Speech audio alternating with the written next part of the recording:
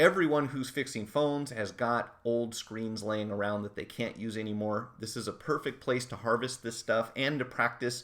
You know, if you get to the point where you can remove and replace these, you can definitely do an iPad mini digitizer or most of the common FPCs out there, as long as you make sure that you're protecting components that can get damaged, and you kind of get a good feel for what types of temperature you have to work with. You know, that's kind of the missing variable that you're going to have to feel out, because obviously if I've just got this little cable and that's it, there's not a lot of heat being pulled away from the area that I'm working on. However, if I get something like a PlayStation 4 motherboard, that thing is going to suck out the heat like crazy. And I found with the iPad Pro, it required a bit more heat than I expected. So, you know, those are all the things that you just kind of have to fool around with. Not to mention everyone's got different settings and different responses from their hot air. But what I'm going to try to do, if we can just attach this to the board, and I'm not too concerned about this cable, obviously. So I'm just going to clamp this dude down so it stays in place like so. If this were, you know, obviously if I was installing this onto a cable and I didn't want to damage the cable, I wouldn't be clamping it down with a pair of metal tweezers. But again, for practical, just for practicing, I think this is just fine. So in just a second, we're going to pull this dude off and see how smoothly it goes, because you know, when you do something live, if anything's going to go wrong, it is Murphy. What's going on, Oscar? How are you? Greg M, typical Monday, man. What is everyone rushing to fix their phones, or are they saving their money for Christmas? That's my question. If this month is an indication, I think that after the beginning of the year, it's going to be very busy, but we'll see, hopefully. Hey, Oscar, I am just practicing, kind of showing a demonstration on removing a connector from an old display cable. So this is, I don't even remember what it is, honestly. I think this is a, oh, you know what this is? This is a charge port connector for an iPhone, I want to say 6S or 7. And what happened was I did a TriStar replacement on this phone, and after I replaced the TriStar, it still would not charge until I plugged in a different charging port. So this thing had bad TriStar, bad Tigris. I actually did TriStar Tigris, and it needed a new port, but I did not have a brand new port on hand. I only had a new one. So I wanted to make sure that no one accidentally plugged this thing in while we were waiting for the new one to arrive. So I just cut the end of the cable off. So that way it's a very clear indication you can't plug this in, because I have a feeling that the charge port on this phone actually caused the problem with the charging IC, because it was in terrible condition. The pins were all messed up on the inside, and I just didn't want to take any chances with it, really, or have someone think that, hey, I'm plugging this phone in and it's acting funny again. No, it doesn't charge at all. You need a new charge port. So it's a long story. But in any case, I cut this off just to be safe. And what I was saying earlier is that if you want to practice on removing these connectors, hot air, old screens laying around, anything like that, it's a great opportunity to just kind of, get to know your hot air station. So what we're going to do here is I'm going to come in with my bent nozzle that I'm still trying to learn how to use. I'm just used to the straight one, so this makes it a little tricky, but I think it gives a better view for everyone under the microscope. So we're just going to take this connector off and then most likely put it back on. So I think that's a little too much light, isn't it? And I'm going to be at an awkward angle, but I think we can manage. So hopefully this isn't too loud. Go ahead and turn this on, get the heat, and I'm going to start here a little on the low side. I'm actually going to come in at about 350. You know what? Yeah, let's go 350. That might even be a little too hot, but we will find out quickly. So my method for removing these, pretty straightforward, and this works for just about anything. Again, make sure that you protect any components that you're worried about melting, but if you come in slow enough, you shouldn't even have problems with plastic parts, because we're actually heating the surface underneath, and once it warms up enough with this thing stuck right on, we should be able to slide it away without causing any damage. That's the plan. We'll see if it works or not. Awesome looks complicated. Man, I'll have to get back to you on that, Oscar. Let me see if we can get this dude off real quick. Oh, and I'm way out of focus, so I need to focus here so that I can see and you can see. Are we all good? My camera's off. Let me fix this real quick so that we are focused on both the camera and the scope. Okay, so now I think I can see what I'm doing. All right, don't make me look bad here. Cooperate. So we're just going to warm this up.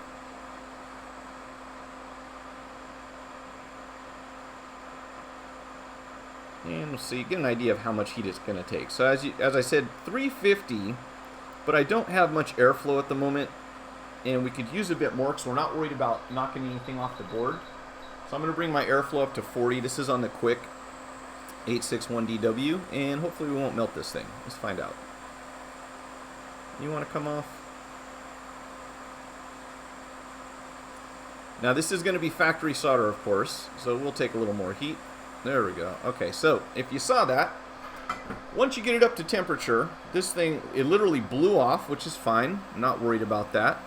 But you can see it's relatively clean, right? So we've got a nice usable connector here, ready to go on to whatever this thing fits on. Now we can clean up these legs underneath. Obviously, I'm not going to take the time to do that today because I think you get the idea. But if you wanted to come in here with the soldering iron, which I need to turn on, let's see. We come in here with the soldering iron. We'll definitely go over this old connector with some leaded solder and clean up the pads real quick. Let's see. So we'll go right here, and we'll just wick this stuff off real quick. Where are you? I know, nothing fancy, but I wanted to make this stream, you know, do something useful, hopefully. Trim my wick. Alright, so we'll come in and just clean this old stuff off.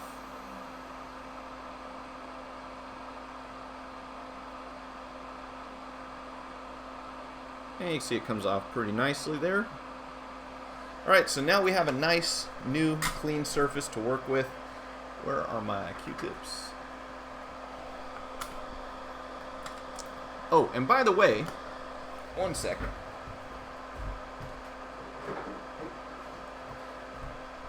If you're working with, let's say an iPad Air or an iPad mini charge port, one thing that I've noticed is that the 99% alcohol that we usually use, that is just going to strip all of the paint off of the connector. So it's not a deal breaker, but I generally go with the 91 here. Let's see if you can see that. If you go with the 91 here, you're less likely to peel this paint off because it's not quite as strong. So just go over this real quick, wipe it off, and there we go. And I knocked my connector off the thing, but that's okay. Okay, so that'll dry up in a second. We'll be ready to go. We'll put some fresh solder on here, and then we'll heat it back on. So as you can see, you know, not too complicated, right? It's really just a matter of getting used to the temperature that goes on here.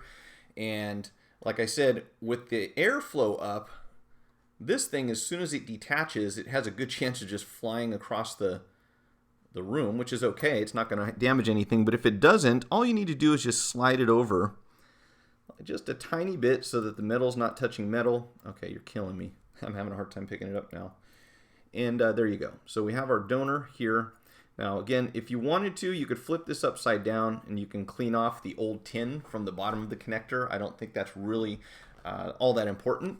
So we're going to put some fresh flux on here, and then we'll tin these, and we'll be ready to get this thing back on in just a moment. And of course, the tricky thing will be it's going to want to fly away while we're heating it up. So for that reason, we have a couple of options. We can either tack this thing down first, but generally that's not always going to work. It certainly can, but you still got to get your airflow just right. So I'm going to come in at a slightly lower airflow, and again, we're just kind of heating the surface underneath until the solder sucks it together. So let's go ahead and tin this thing real quick, and then if I'm not boring you guys to death, we'll keep going. Where's my solder? Okay, I just lost my solder wire. Here we go. Alright, so tin the tip. And we'll get a little more on here. And then we can just quickly... I'm out of focus again. This thing's killing me. Okay, so we'll just quickly go down here. Whoops. Good little steady hand, Mike. Okay, and then up here. And there you go. Okay, so we've got tin on all of these pads. Just like that. That's the easy way. And do we get fresh flux? Might as well. Might as well get some fresh flux on there just to be safe, because we're gonna be blasting this with air for a decent amount of time, so we want to make sure that we do have good flux on here. And of course, we can always go back and touch these up afterwards. But the main thing is getting it to sit down, and this is where the steady hands come in helpful. So If your hands aren't steady, doesn't mean you can't do it, and the flux will help, but I'm never going to say that this is the easiest part. Where is my flux? Here we go. Okay, so get a bit of fresh flux on this dude. Come on, a bit. And when I say that, it all runs out at once. And I'm almost out of flux, so I'm going to be switching to that tube of Amtech I have laying around here, because I've been using the MG Chemicals No Clean Flux Paste, and so far I'm pretty happy with it, but it's almost empty. Alright, so I'm going to just flow this real quick so that it melts. I'll blow my connector off again. Once the flux turns to liquid for a second, give it a little more heat, and that will make it a bit stickier, kind of activates it in a way, I suppose you could say. And then we'll drop this dude back on here. Again, I'm not going to take the time to clean off the bottom of the connector, but you can do that if you care to. Okay, and I'm going to have to zoom here a bit, so you may not get the whole picture. Let's see, how can we do this? Make it better for you guys. Well, I'll show you one end. How's that? Because I need to have this close enough so I can... Let's try this. And get as much of the screen as possible. Because the closer I zoom, the easier it is for me, but then the less you can see. So obviously I need some different kind of lens on this scope. Alright, so we're going to get this close. But really, you'll be able to manipulate it a bit once it starts to melt. Do you still wix and solder? Do you still wix and solder? What? Harvey, can you repeat the question, please? Do you still wix and solder? I don't sell. What I do is on my website, you'll find some things that I do sell, and you'll also find a lot of affiliate links that go to other people who sell the products that I use. So those are the actual supplies that I have here, and I basically send traffic to them. So if in the video description of any of my parts or tutorials videos, you click on an eBay link, which you should do, which I'm going to publish a coupon for eBay also. If you click on any of those links and go to eBay and buy anything, that helps me. So if you're shopping for Christmas, you could certainly help me out that way. So yeah, I don't sell them, Harvey, but I do promote sales from the same people that I buy them from. All right, let's get this thing going. So we're going to come in. I'm going to bring my airflow down. I'm going to set it to 30 because 30 is generally what I work with when I'm working on an iPhone where I don't want to blow a bunch of things off the logic board. And I am going to keep my temperature at 350, which might even be a little high because this is not the factory solder. So this stuff should melt a little easier. I'm going to try to focus this as much as possible. And again, I'll try not to blow it off of the connector. So I'm going to come in very slow here and start heating this dude. And you'll see the flux is starting to melt. This is going to wobble around a bit, but that's okay because all we're going to do is keep messing with it until we get it. Come on. Okay, and you see it's kind of going into the right position there. Give it a little tap, and everything turns silver. Alright, and I think that we are on. So, if we let this cool for a second, we've got our anchors attached. I hope you guys can see that. Everything is lined up correctly. Now, I am going to go in, and this is what I will typically do, is I'll go ahead and bring my... I got a story for you on these. So, I recently, when I bought these micro tweezers, and here's some good advice for you. When I bought this micro tweezer set, I didn't realize that it came with the tips itself. So I bought an extra pair. And when my soldering station came in and already had the tips inside the micro tweezers, I was like, oh, this is great, but now I have an extra set of tweezers. And I thought, you know what? They're going to have to get changed out eventually anyways. I might as well keep them, right? Well, what I didn't realize is that not all tips for micro tweezers, at least for the Hako equipment, are the same. So I've got, let's see, where is it? I've got what appears to be two different size tweezers. So if you put these together under the microscope, you'll see the ones on the left have a bit more of a sharp, bit more of a finer tip, and the ones on the right are a little bit more blunt. And this is a problem because when you're trying to get into small spaces, you want, a small tip in many cases for this.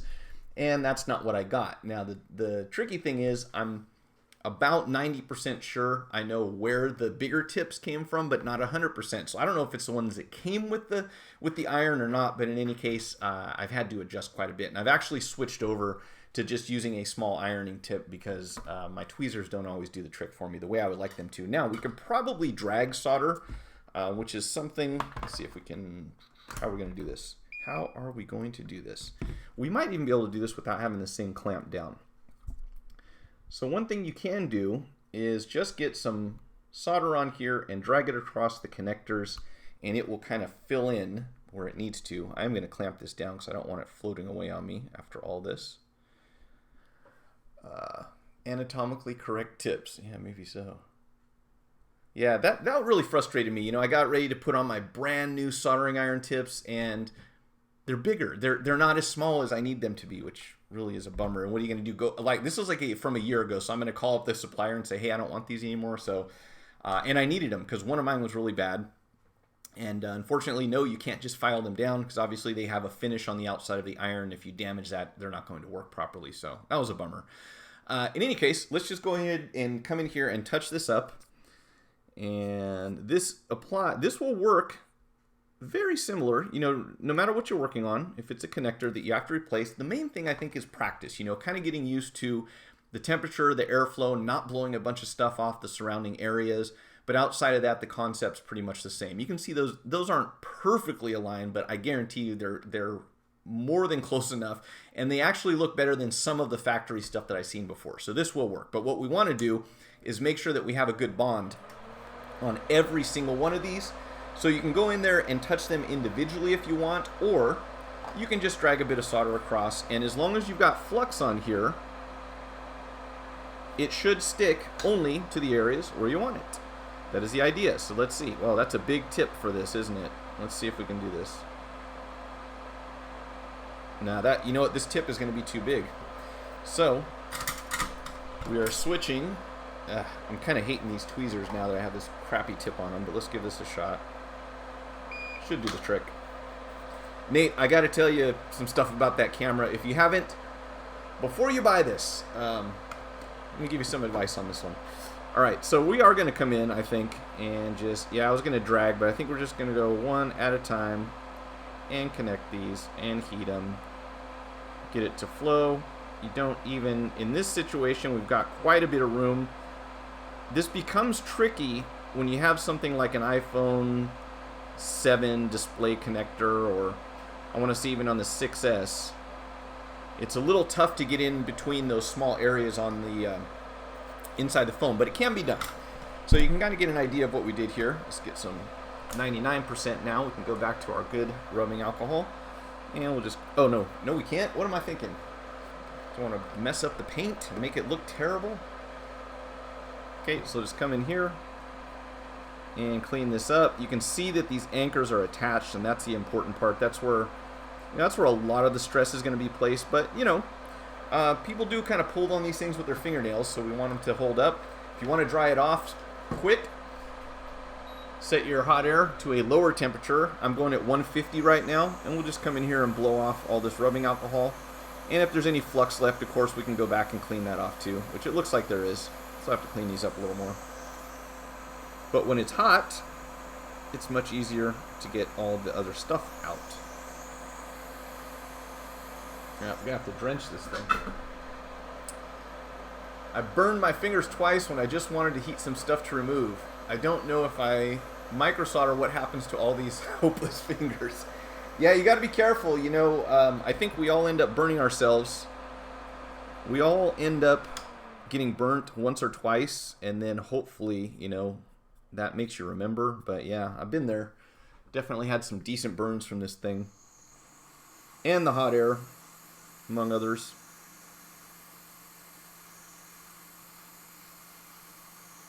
Alright, so I think you guys get the idea. I don't want to drive this into the ground, obviously. But for connector replacement, and Nate, I think you had asked me about something about iPad minis, or we were talking about iPad mini connectors, and I do prefer to do those in the housing. I don't really like the idea of having to heat it from the bottom side of the board and pull all that stuff out. So this is kind of the approach I use, but I will tape off the surrounding areas and the speaker at the bottom and get the antenna wires out of the way. I'll use that copper tape because that protects them pretty well. But you can see we got some pretty good looking joints here on these connectors, so these will all hold up. We would thoroughly clean and dry this, obviously. Make sure there's no flux inside the connector. And then I go over this other side and just do the same thing. So these are connected right now, but you can see the difference. We definitely want to have enough solder to hold these things on because screens get changed out often enough that people put stress on them. So that is pretty much that. Wonderful. Thank you. Thank you very much. So yeah, it's really, I think, a great opportunity. The fact that most of us have tons of screens laying around, you know, if you practice on stuff that you have nothing to lose, I would estimate, you know, if you've never worked with hot air at all, it might be a few hours worth of practice. But when you get to this point, anytime a damaged FPC comes in, you know, for the most part, as long as you watch out for the things that are around it, you'll be able to handle those repairs. And there's quite a few of those opportunities out there. So something we'll be doing in the micro soldering training that starts next month. So I will announce the dates and all that stuff, along with some upcoming streams, and I don't know what else, but whatever comes up between now and the end of the year. You forgot to add globs of epoxy. Yeah, thanks, Harvey. That's what we need, right? We need to do the Motorola secure method of gluing this thing down so that it's almost impossible to remove in the future. My favorite part. All right, so hey, it's already 3-something. I know I started a little bit late. My apologies for that, friends. It's been crazy around here, and I'm just trying to get everything done, and I finally got somewhat caught up, and then smoke detector goes off and all that stuff, you know. Oscar, I'll get a hold of you after the stream. I'll have to go over some stuff with you real quick, but I'm sure we can figure out a solution. And I think that's it, unless we have like anything in the way of general questions or suggestions to address. I think that's it. But what I was going to tell you, Nate, is this camera needs I think a number of different adapters to be able to work with the Amscope, and Amscope recommended that I buy something that didn't work. I looked in the comment section on this camera, and the stuff that people are recommending you use with this scope has no way to attach to the scope. So I'm still working on how to get that thing together. But once I do, we'll have microscope view, overhead view of the phone, and a webcam, which the webcam really only seems to work good for talking to. You know, that's pretty, I think that's the limitation on this thing. It doesn't really work good to hang a webcam up and have it facing your workbench. So that's kind of a bummer. Anyways, what else do we have? And look at that, perfect timing. The camera said it's time to shut off, so we can go ahead and leave that off. And then hopefully next Monday, with any luck, I'll have some projects here to work on and maybe an adapter for this camera, and we can do some live repairs. That will be my plan. Friends, thanks so much for joining me. I'm going to end the stream. I will be in the chat for the next few minutes. If I don't see you between now and the end of the year or week after next, happy holidays. I hope that you enjoy. Hopefully getting some time off from work to have some fun and be safe out there. A lot of crazy drunk people on the road, so that's something to be concerned about. Other than that, enjoy yourself by all means, and I will catch you next time.